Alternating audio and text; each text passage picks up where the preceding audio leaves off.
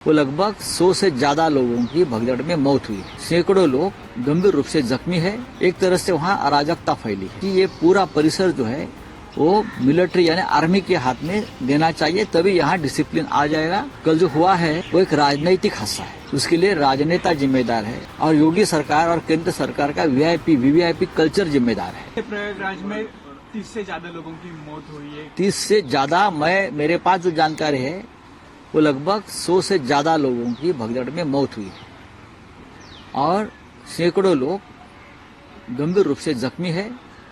बहुत सी महिलाएं, अबाल वृद्ध लापता है, बच्चे भी लापता है।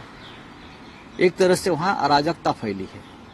इसलिए बहुत से जो हमारे वहाँ के महामंडलेश्वर जी महाराज है और उनका कहना था कि ये पूरा परिसर जो है वो मिलिट्री यानी आर्मी के हाथ में देना चाहिए, तभी यहाँ डिसिप्लिन आ जाएगा।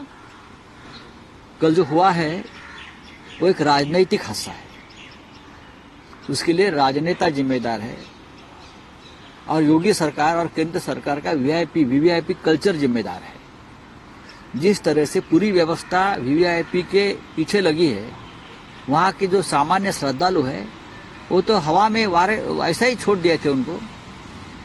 एक जो मुहूर्त था, अमृत मुहूर्त, उनके लिए लोग वहाँ आए थे, करोड़ों लोग, लाखों लोग आए थे। भाजपा को लगा, बीजेपी को लगा ये हमारे सब पार्टी के लोग हैं जो यहाँ आते हैं, हमको वोट देते हैं, वो कहाँ जाएंगे। सब मोदी के अंधभक्त थे। लोग आए, उनकी कोई व्यवस्था नहीं थी।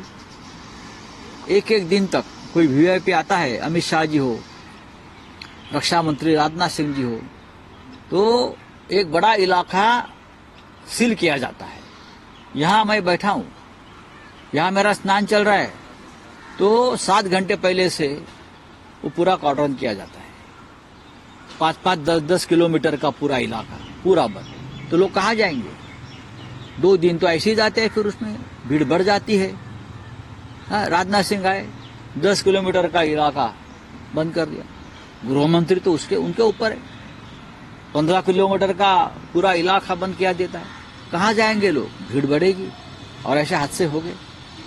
सर, जीपीएस की स्पेशल एक महाराष्ट्र की राजनीति बन रहा है। महाराष्ट्र की राजनीति में यूपी में एक डेवलपमेंट है।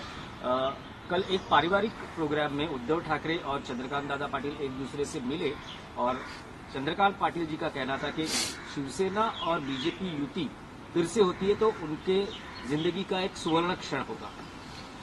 ये भावना बीजेपी में जो पुराने लोग हैं, जिसने हमारे साथ काम किया है, शिवसेना और बीजेपी का जो अलायंस था उस वक्त, जिसे हम युति कहते थे, वो एक सुवर्ण काल था, अमृत काल था राजनीति में देश के। इसीलिए तो आपको आज मोदी जी के राजनीति दिख रहे हैं ना हमारी वजह से, या अमित शाह दिख रहे हैं, नहीं तो उनको कौन पूछता था। शिवसेना बीजेपी के साथ आ गई, इसलिए तो बीजेपी का अमृत काल शुरू हो गया। तो उनकी बात है, उनकी भावना है, उनका इमोशन है, उनका आभारी हूँ। ऐसे बहुत से लोग बीजेपी में है जो पुराने हमारे साथ काम करते थे। अब वो नए आए हैं लोग, जिनको बाहर से सब भ्रष्ट लोग बीजेपी में घुस गए हैं, जिनका ना हिंदुत्व से कोई संबंध है, ना देश का कोई नाता है। अब देखिए ना, बीजेपी में जो अभी एमएलए एमपी बने हैं वो थोड़े ओरिजिनल बीजेपी के हैं, वो सब चोर लफंगिया और लुक्के हैं। उनको क्या मालूम शिवसेना बीजेपी का क्या रिलेशन था, अटल जी के साथ, प्रमोद जी के साथ, अडवाणी जी के साथ, मुरली मनोहर जोशी जी के साथ। पूरे देश में हमारा पंचम लहराता था हमारी युति का। ये अमित शाह जी आने के बाद दिल्ली में हमारा अलायंस को खतरा हो गया, अदरवाइज हम सब ठीक चल रहा था।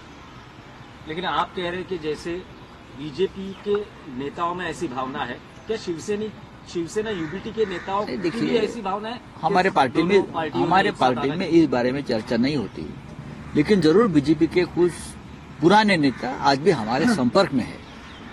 आरएसएस के पुराने नेता आज भी हमारे संपर्क में है, हमसे बात भी होती है और उनको आज भी ये खेद है कि ये अलायंस टूटा।